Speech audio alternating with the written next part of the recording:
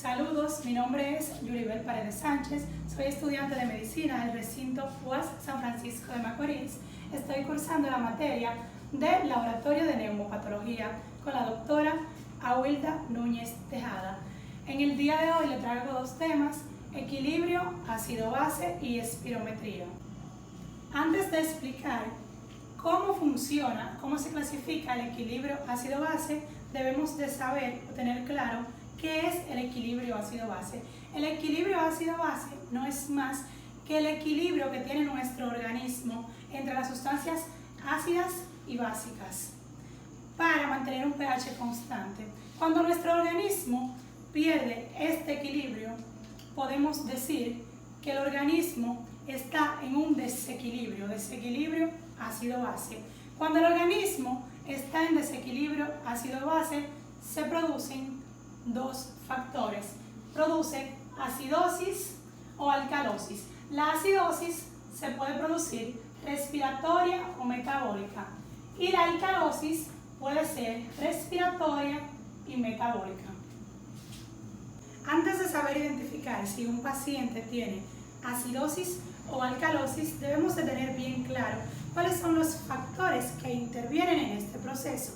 En este proceso intervienen tres factores fundamentales que son el pH con un valor de 7.4, la PCO2 con un valor de 35 a 45 milímetros de mercurio y el bicarbonato con un valor de 22 a 26. Lo primero que debemos de tener en cuenta para el diagnóstico es el pH. Si el pH está disminuido o alterado, ya que sabiendo identificar esto, tenemos el 50% del diagnóstico del paciente. Recordando que el valor normal del pH es 7.4, debemos de tener en cuenta lo siguiente: cuando el pH está disminuido, el paciente tendrá una acidosis, y cuando el pH está aumentado de 7.4, el paciente tendrá una alcalosis. Luego de verificar si el pH está normal, lo segundo a tomar en cuenta es el valor de la PCO2. Cuando la PCO2 está aumentada de su valor normal, podemos decir que el paciente está en acidosis.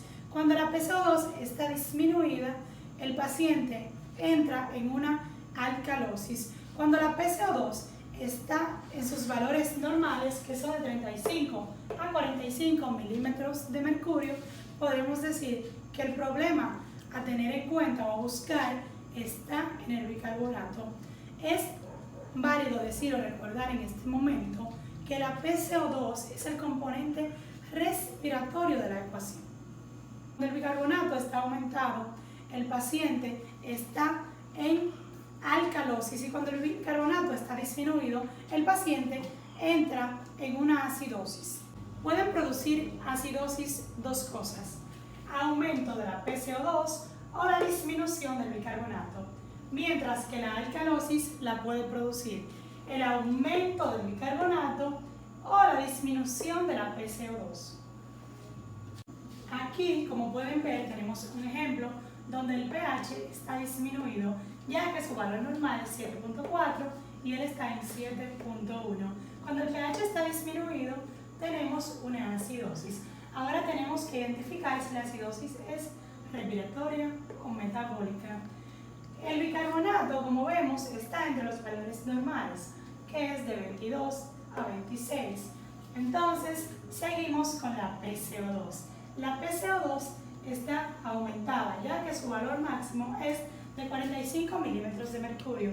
Cuando la PCO2 está aumentada, podemos decir que la acidosis es respiratoria. Como vemos aquí, el pH es nuestro componente ácido y la PCO2 es nuestro componente respiratorio. Entonces decimos que esto es una acidosis respiratoria. Aquí, como pueden ver, tenemos otro ejemplo.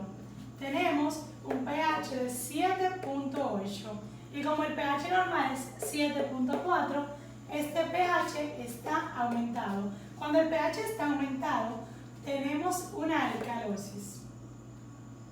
Esta alcalosis ahora tenemos que ver si es respiratoria o metabólica. Aquí nuestra PCO2, que es lo segundo en tomar en cuenta, está en su valor normal, ya que su valor normal es de 35 a 45 milímetros de mercurio. Lo que se encuentra disminuido en este caso es el bicarbonato. Su valor normal es de 22 a 26 y está disminuido con un valor de 18. Cuando el bicarbonato está disminuido, esto nos da una alcalosis metabólica, ya que el bicarbonato pasa a ser nuestra parte metabólica de la ecuación. Ahora vamos a continuar hablando sobre lo que es la espirometría. La espirometría no es más que la cantidad de aire que pueden retener los pulmones en cada inhalación y exhalación por respiración. La espirometría la realizamos en una cantidad de 3 intentos mínimos, 8 intentos máximos, un tiempo máximo de 6 a 10 segundos. Los criterios que debemos de tomar en cuenta para la espirometría son los siguientes: capacidad vital forzada, volumen expiratorio forzado en el primer segundo y el índice de Tiffenot. Ahora vamos a continuar hablando sobre los criterios y su definición. Entre los criterios tenemos la capacidad vital forzada. La capacidad vital forzada no es más que el máximo volumen expiratorio con el máximo esfuerzo posible. Esta tiene un valor normal de 80%. Continuamos con el volumen expiratorio forzado en el primer segundo, que es el que tenemos acá.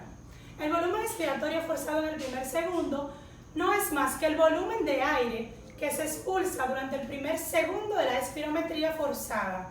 Esta tiene un valor de igual o mayor a un 80%. Continuamos con el índice de Tiffenot. El índice de Tiffenot no es más que la relación entre la capacidad vital forzada y el volumen expiratorio forzado en el primer segundo. El propósito de la espirometría no es más que saber si el paciente consta de una obstrucción o una restricción. Esto lo podemos saber tomando en cuenta el índice de Tiffenot. El valor normal del índice de Tiffenot es 70%. Tanto las restricciones como las obstrucciones tienen un grado de severidad. Para saber en qué grado de severidad está nuestro paciente, tomamos como ejemplo el siguiente cuadro. Una obstrucción leve, el paciente está mayor o igual a un 70%. Cuando la obstrucción es moderada, el paciente está en 60 a 69. Una obstrucción moderadamente severa tiene un valor de 50 a 59. Una obstrucción severa es de 35 a 49. Y una obstrucción muy severa tiene un valor de 34 o menor a 34. Para saber si el paciente tiene una obstrucción, debemos de leer primero el índice de Tiffenot y el volumen inspiratorio forzado en el primer segundo. Esto nos dará tanto la obstrucción y en qué grado se encuentra la obstrucción de nuestro paciente. Cuando es una obstrucción, esto lo dará la capacidad vital forzada, tanto la restricción como el grado de la restricción. Aquí, como pueden observar, tenemos un ejemplo. En este ejemplo, lo primero que vamos a tomar en cuenta es el índice de Tiffenot. El índice de Tiffenot, su valor normal es de un 70%. Como vemos en el ejemplo, tiene 50%. Podemos decir, cuando el índice de Tiffenot está disminuido, el paciente tiene una obstrucción. Sabiendo que el paciente tiene una obstrucción,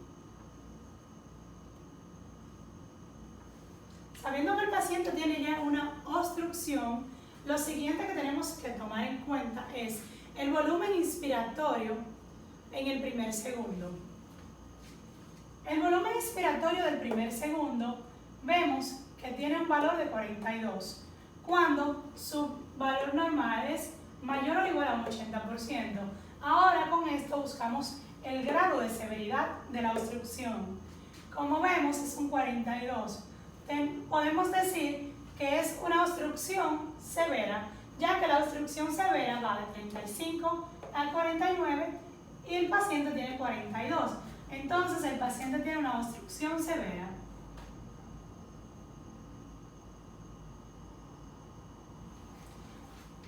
Debemos recordar que siempre que vamos a buscar en espirometría la obstrucción o restricción, lo primero a tomar en cuenta es el T-FNOT, ya que si el T-FNOT está disminuido es obstrucción, pero si está aumentado de su valor normal, el paciente tiene una restricción.